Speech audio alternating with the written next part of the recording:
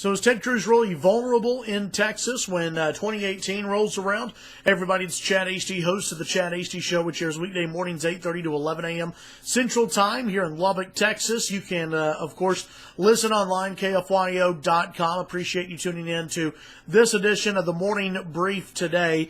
Want to focus a little bit of attention on Ted Cruz. There was a story that came out just a couple of days ago that there are some within the Republican Party who are urging Representative Mike McCall of Texas to challenge Ted Cruz in a primary coming up in 2018. Ted Cruz already looking ahead, according to several reports, to the 2020 presidential election. He wants to run again, maybe no matter what happens with Donald Trump.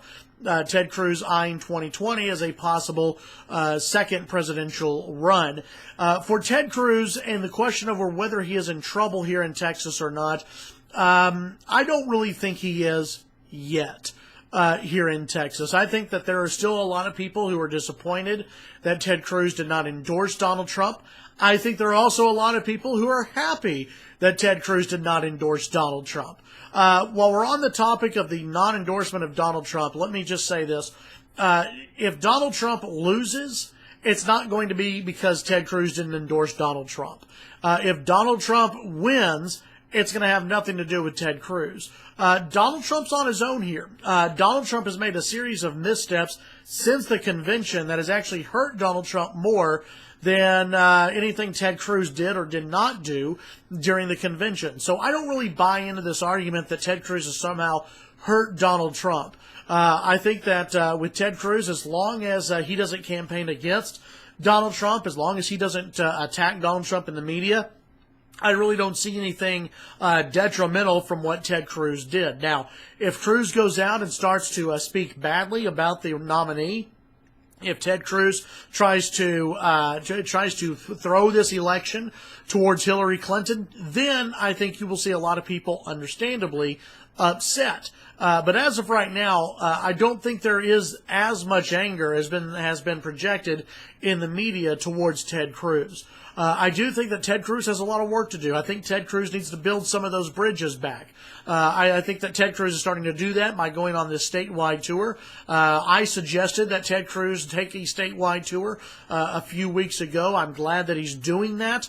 I think that he needs to do more of this. I think he needs to spend more time in Texas. Something that I think is interesting is that Senator Cornyn, the senior senator from the state of Texas, has been spending a lot of time in the state. So I think that Ted Cruz can kind of learn from John Cornyn on that. Come back to Texas, reconnect with Texans, reconnect to those in the ag industry, spend a little time in West Texas, spend some time in the Dallas-Fort Worth area, obviously in the Austin, San Antonio area, down in South Texas as well. Connect to people, reconnect to people. That's what they want to see. They want to see their elected officials.